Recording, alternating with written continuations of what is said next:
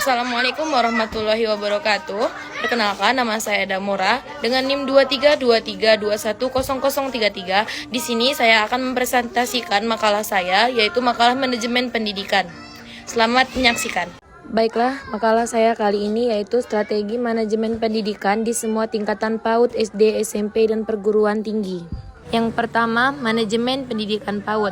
Pendidikan anak usia dini PAUD adalah proses pendidikan yang mencakup tumbuh kembang anak sejak lahir hingga usia 6 tahun. PAUD bertujuan untuk mengembangkan seluruh aspek pertumbuhan anak secara menyeluruh, meliputi aspek fisik, sosial, emosional, dan kognitif. Strategi manajemen pembentukan kurikulum yang sesuai dengan perkembangan anak, pelatihan untuk guru agar dapat mengembangkan metode pembelajaran yang interaktif, dan C yang kerjasama dengan orang tua untuk mendukung perkembangan anak. Dasar atau SD. Sekolah dasar atau SD adalah jenjang pendidikan dasar yang pengetahuan bertujuan untuk membekali peserta didik dengan dasar-dasar dan keterampilan yang akan digunakan pada jenjang pendidikan selanjutnya.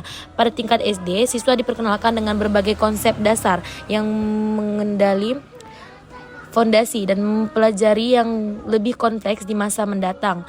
Tujuan pendidikan di sekolah dasar adalah untuk mengembangkan pengetahuan dasar siswa. Yang kedua, mengembangkan keterampilan kognitif dan sosial siswa. Dan terakhir, menanamkan karakter dan keterampilan kerjasama, tanggung jawab, dan kemandirian yang akan membantu siswa menjadi individu yang cerdas, terampil, dan berkarakter. Yang ketiga, manajemen sekolah menengah SMP. SMP adalah tingkatan dari sekolah menengah pertama, yaitu jenjang pendidikan dasar formal di Indonesia yang ditempuh setelah lulus dari sekolah dasar SD atau sederajat. SMP merupakan tahap penting bagi siswa untuk mengembangkan keterampilan berpikir kritis dan analitis. Strategi manajemennya mengembangkan kurikulum yang relevan dengan kebutuhan zaman, pembentukan program ekstrakurikuler untuk mengembangkan minat dan bakat siswa, dan menyediakan layanan bimbingan konseling untuk mendukung kesehatan mental siswa. Manajemen pendidikan tinggi. Pendidikan tinggi adalah jenjang pendidikan yang diselenggarakan setelah pendidikan menengah. Pendidikan tinggi bertujuan untuk menyiapkan peserta didik menjadi anggota masyarakat yang memiliki kemampuan akademik dan profesional.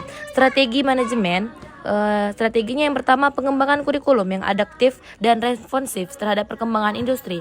Yang kedua, kerjasama dengan industri untuk meningkatkan pengalaman praktis siswa. Yang ketiga, menyediakan fasilitas penelitian dan pengembangan untuk meningkatkan inovasi.